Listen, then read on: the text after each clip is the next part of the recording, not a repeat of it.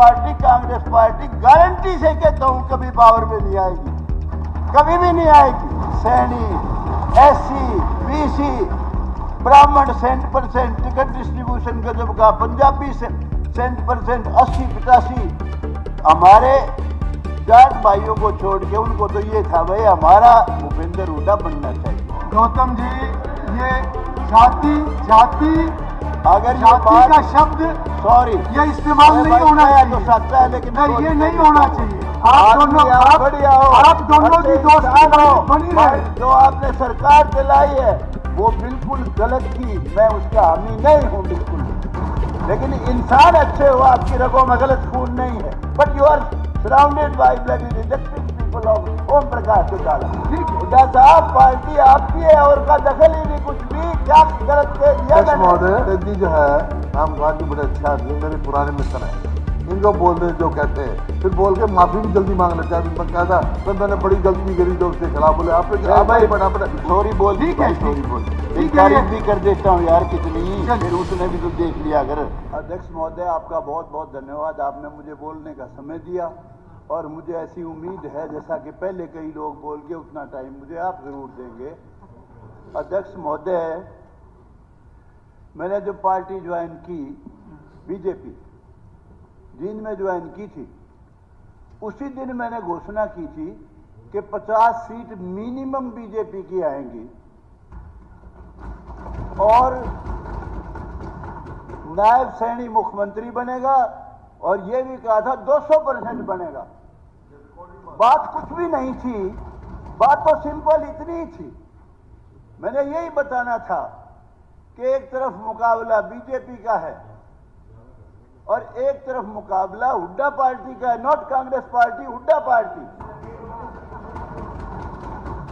क्योंकि हमने इतना ही बताया था, एक जो कुमारी शैलजा थी जिसके पिताजी बहुत बड़े नेता थे, उसको खुद को टिकट नहीं दिया गया। वो जो टिकट गौतम जी गवर्नर आई थी उसको भी गवर्नर एड्रेस पे रही है, ये हमने बताया था उस समय, गवर्नर एड्रेस उस पे समय मैंने बताया था गवर्नर एड्रेस पे रही है।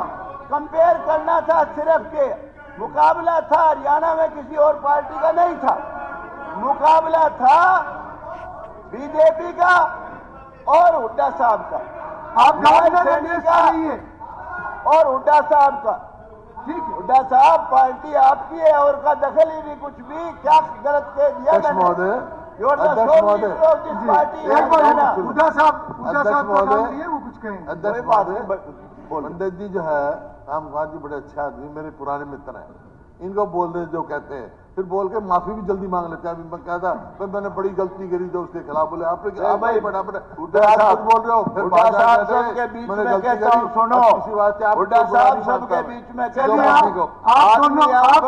आप दोनों की दोस्ती बनी रहे। जो आपने सरकार चलाई है वो बिल्कुल गलत थी, मैं उसका हामी नहीं हूं बिल्कुल, लेकिन इंसान अच्छे हो, आपकी रगों में गलत खून नहीं है। But you are surrounded by bloody rejected people of Om Prakash Chautala.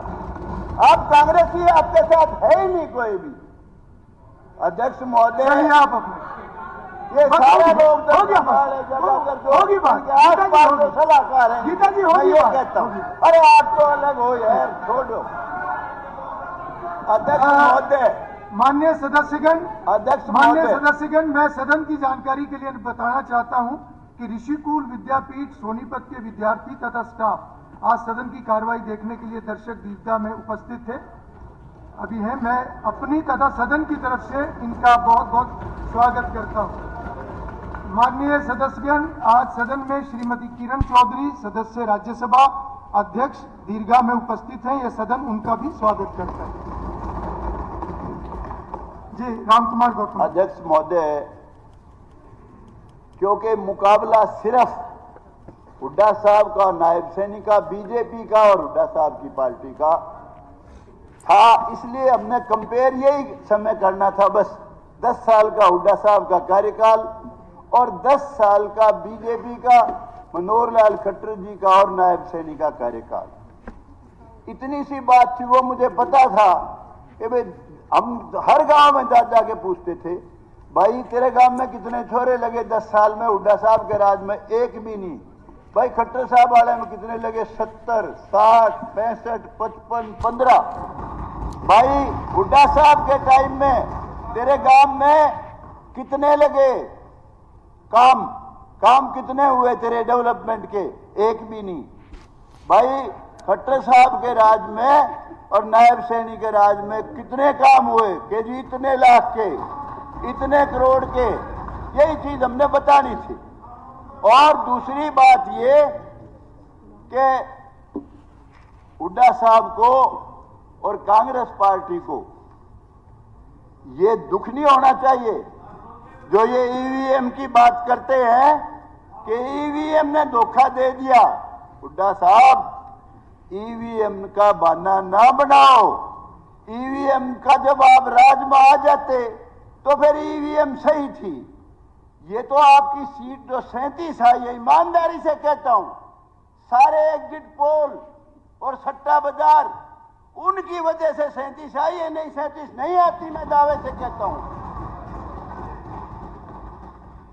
देखिए 10 साल पहले का हरियाणा, कोई आदमी सोच नहीं सकता था बिना सिफारिश नौकरी मिलेगी। कोई आदमी सोच नहीं सकता था बिना किसी की सिफारिश के कोई भी काम होगा। हर काम के लिए सिफारिश की जरूरत थी। डेवलपमेंट का भी पैमाना था। रोहतक के इर्द गिर्द जहां कहीं जींद जिला शुरू हुआ सड़क बंद। भिवानी जिला एक दिन किरण चौधरी बैठी है, वो कह रही थी कि हमारा राज होगा। जब मैंने उस वक्त कहा था किरण हमारा राज कदा होगा, हुड्डा साहब बनेगा मुख्यमंत्री तो अगर थारी सरकार आ गई तो। और मैं कहा याद कर ले, रोहतक से सड़क चली थी खेड़ी मोड़ पे, थम दी जाके थारा कैसे राज होगा। तो हर मामले का हमने यही बताया। देखिए ऐसे ऐसे अनेक बच्चे, मुझे दुख इस बात का है, बहुत लोगों ने वोट और आधार पे दिया, जातीय आधार पे दिया। सबसे ज्यादा बच्चे हमारे जाट समाज के लगे इस सरकार में, मैं दावे से कहता हूं। और बड़ी बड़ी पोस्टों पे, बड़ी बड़ी सारी पोस्टों पे मेजोरिटी बच्चे जाटों के लगे। इसलिए नहीं कि उनकी सिफारिश थी, काबिल बच्चे थे, मेहनत कर रखी थी, मेरिट में आते थे। और जो हमारे चमार भाई, अब वो ये बुक्कल बहुत बोल रही थी, गीता बुक्कल, मैं इससे प्यार करता हूं, नफरत नहीं करता, अच्छी लड़की है, काबिल भी है, ये भी मानता हूं। 80% बच्चे चमारों के लगे खट्टर साहब के राज में। और ये जो एबी बनवाई है आप लोगों ने ही बनवाई है। अरे इतनी घृणा क्यों करते हो बीजेपी से? नरेंद्र मोदी और बीजेपी से पहले हिंदुस्तान का बेड़ा गर्क था। हमारे देश के बहुत पावरफुल प्राइम मिनिस्टर, बहुत ही काबिल prime minister doctor Manmohan Singh, वो अमेरिका में गए थे। और अमेरिका में गए थे तो उनकी बड़ी भारी बेइज्जती की एयरपोर्ट पे। यहां तक कहते हैं, पता नहीं, कहते इंसल्ट इतनी की कि पगड़ी तक उतरवा ली। ये बहुत शर्म की बात थी, उनकी नहीं पगड़ी उतरवाई, वो पगड़ी इस देश की उतरवाई थी। इस देश का सम्मान नहीं था उस समय। नरेंद्र मोदी का मुकाबला क्या करोगे? अब क्या कहता है राजीव गांधी? जाति जनगणना कराऊंगा, जाति जनगणना कराऊंगा। एक ने पूछा, और राहुल गांधी, सॉरी राहुल गांधी, अरे तू जाति जनगणना कराओगा? एक वो अनुराग ठाकुर है, उसने वही पूछ लिया, बोला भाई तेरी जात तो बता दे के। देखिए जातिगत जनगणना कराना, शांति कर, बैठ जा बेटा, बैठ जा, बैठ जा, बैठ जा। सुनो सुनो, नरेंद्र मोदी का मुकाबला, नरेंद्र मोदी का मुकाबला कोई नहीं कर सकता। बीजेपी का मुकाबला कोई नहीं कर सकता। बीजेपी ने नरेंद्र मोदी में दुनिया में इस देश का सम्मान बढ़ाया है। जो देश आपस में भी दुश्मन है, यूक्रेन है, रशिया है, उन्होंने भी वही सम्मान दिया जो यूक्रेन ने दिया, वही रशिया ने दिया। अमेरिका ने भी वही दिया जो रशिया ने दिया। दुनिया में देश को जना दिया। गौतम जी, आप कोई 370 राज्यपाल अभिभाषण तक रही और इस तरह के शब्दों को थोड़ा अवॉइड कीजिए आप। ठीक है जी, 370 धारा को, 370 धारा को हो गया, नहीं सकता था। निकल जाएगा। मोदी ने 1 मिनट नहीं लगाई, खून के कतरे बह जाएंगे, नालियां बह जाएंगी, खून की कतरा खून का भी नहीं गिरा। 370 धारा तोड़ के फेंक दी। राम मंदिर का निर्माण किया जो हमारे लिए गौरव की बात है। सुबह उठते ही ताऊ राम राम, दादी राम राम, बेबे राम राम, रग रग में हमारे राम। कांग्रेस वालों ने बयान दिया था, उसने वो जो आजकल इनकी पार्टी में पता नहीं आया कि नहीं आया, इनका वकील था कपिल सिब्बल, कि जी 10 साल फैसला ना होने दो इसका, बाबरी मस्जिद बनी रहने दो इसमें। अरे मैं दावे से कहता हूं, और पार्टी बना लिए भूपेंद्र हुड्डा बेशक सूत बैठ जाओ जरा, मुझे नहीं पता, लेकिन ये पार्टी कांग्रेस पार्टी गारंटी से कहता हूं कभी पावर में नहीं आएगी, कभी भी नहीं आएगी। अरे भले आदमी जाति जनगणना और तेरे को सूझता ही कुछ नहीं, कभी सेक्रेटरी कितने, कभी कितने कितने, अजीब बात करता है। आप देखिए 10 साल पहले बच्चे किलकी मारते फिरा करते, बसों में बदमाशी करते थे, और लोग पूछते थे भाई तू पढ़ भी लिया करे। अरे तन्ने के चिंता है, सर्टिफिकेट भी ले आवांगे, और सिफारिश अपनी नाम लेते थे हमारे भाई का या किसी का भी, यूं कहते उस पर लगा लूंगा छोरा तो, और नहीं तो गठड़ी बांध रखी बहुत बड़ी, वह लगा दूंगा सारी। मैं कहता हूं मनोहर लाल खट्टर ने, बीजेपी ने पहली बार यह एहसास कराया कि बच्चों को पढ़ाओ।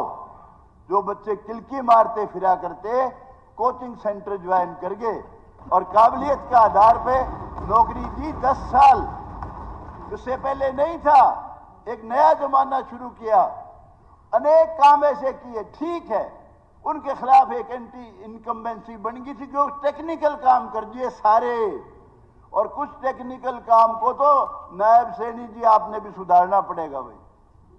हालांकि आपने बहुत काम HKRN के उनकी पक्की कर दी नौकरी, अनेक काम है, बहुत लोगों ने ये वो गाए हैं ये, इसलिए मैं रिपीट नहीं करूंगा। लेकिन वो जो एंटी इनकम्बेंसी टेक्निकल थी और कुछ नहीं थी, पर काम उन्होंने बहुत अच्छे किए। उसके बाद नायब सैनी ने फिर सुधारा और भी सुधार कर दिया, और जो ये सरकार आई है ये बाकायदगी से इसको समर्थन मिला है 36 बरादरी का, सबका। जब आई है EVM का कोई रोड़ा नहीं है, गलतफहमी में मत रहो। अंदर से तो आप भी जानते हो क्या क्या कमी थी कि जिस वजह से आप नहीं आए हो। लेकिन मैं ये कहता हूं, जिस दिन नायब सैनी को बनाया था चीफ मिनिस्टर, उसी दिन मैंने कहा था ये ट्रंप का पत्ता है, जीत का पत्ता है, 100% बीजेपी जीतेगी। कुछ भाई जो पर्सनल नफरत करते हैं नायब सैनी से, वो बावड़े हैं बिल्कुल, उनको गलतफहमी भी है कि भाई तू फलाना बन जाता तो पता नहीं क्या कर देता। लेकिन मैं कहता हूं सही समय पे जो सही फैसला लिया पार्टी ने, ये गजब का फैसला था। अरे सैनी, SC, BC, ब्राह्मण 100% टिकट डिस्ट्रीब्यूशन गजब का, पंजाबी 100% 80-85, हमारे जाट भाइयों को छोड़ के उनको तो ये था भाई हमारा भूपेंद्र हुड्डा बनना चाहिए। और जो भाई गौतम जी, ये जाति अगर ये जाति बात का शब्द सॉरी ये इस्तेमाल नहीं होना चाहिए, तो सच्चा है, लेकिन नहीं ये नहीं होना चाहिए। देखिए ये कोई राजनीतिक सभा नहीं है, ये हम हाउस के अंदर बात कर रहे हैं। नहीं है, बिल्कुल हाउस का अपना एक डेकोरम होता है, बिल्कुल डेकोरम बनाऊंगा उसके ऊपर यह बहुत सीनियर मेंबर है। ठीक है नहीं बिल्कुल ऑब्जेक्शनेबल है। ठीक है, डेकोरम बनाऊंगा भाई, डेकोरम बनाऊंगा, बिल्कुल ही ऑब्जेक्शनेबल है। अध्यक्ष महोदय, आई एम सॉरी, आप कंक्लूड कीजिए, आप अध्यक्ष कंक्लूड महोदय, कीजिए। ये शब्द इसमें से निकलेगा, मैं कंक्लूड करा रहा हूं। ये मेरे मैं निकाल conclude दे करा भाई, रहा हूं। उसमें से निकाल दे। अध्यक्ष महोदय, मैं एक्सपेंड सॉरी बोल दी ठीक है, भाई, ठीक सॉरी है। बोल, ठीक तेरी है, तारीफ ये- भी कर देता हूँ यार कितनी, चल। फिर उसने भी तो देख लिया अगर। मैं कुछ बातें सरकार नहीं, की ये पार्टी की तरफ से समय है, सरकार वो आप की- नहीं बताएंगे। मैं- नहीं, ये आप नहीं बताएंगे, मैं ये पार्टी तय करेगी कि उसका कौन सा सदस्य कितना बोलेगा। आपकी कांग्रेस की तरफ से भी बहुत ऑनरेबल मेंबर 20 मिनट से ज्यादा बोले हैं, इसलिए आप तय नहीं करेंगे और इस तरह का विषय बीच में कोई उठाए भी ना। ठीक है, ये सभी के लिए, मैं अध्यक्ष महोदय कुछ चीजें सरकार की, मुख्यमंत्री जी की और मंत्रियों की उसमें लाना चाहता हूं संज्ञान में। एक तो हॉस्पिटल्स की भी कमी है, हॉस्पिटल में डॉक्टर्स की भी कमी। ये मुख्यमंत्री जी विशेष तौर से, क्योंकि आप तो ने तो अभी अपना काम शुरू करना है अभी, तो आपका तो कोई इसमें वो नहीं है। मैं पहले भी आवाज उठाता रहा।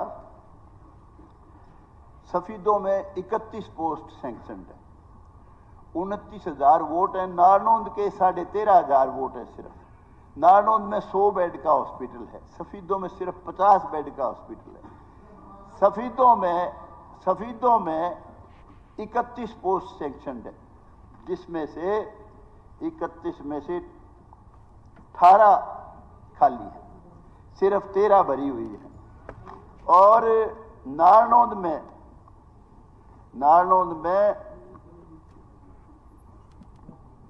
73 पोस्ट हैं सैंक्शनड, सिर्फ 53 खाली है, 20 भरी हुई है। और नारनौंद सिविल हॉस्पिटल में 12 डॉक्टर हैं, 42 सैंक्शनड पोस्ट है। और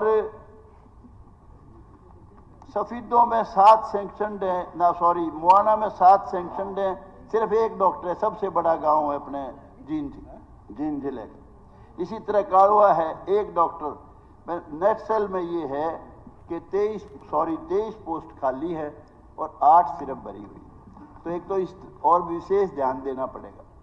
दूसरी बात, एक कॉलेज मंजूर किया हुआ है गर्ल्स का जामनी में, और उसकी बजट कहीं और ले गए।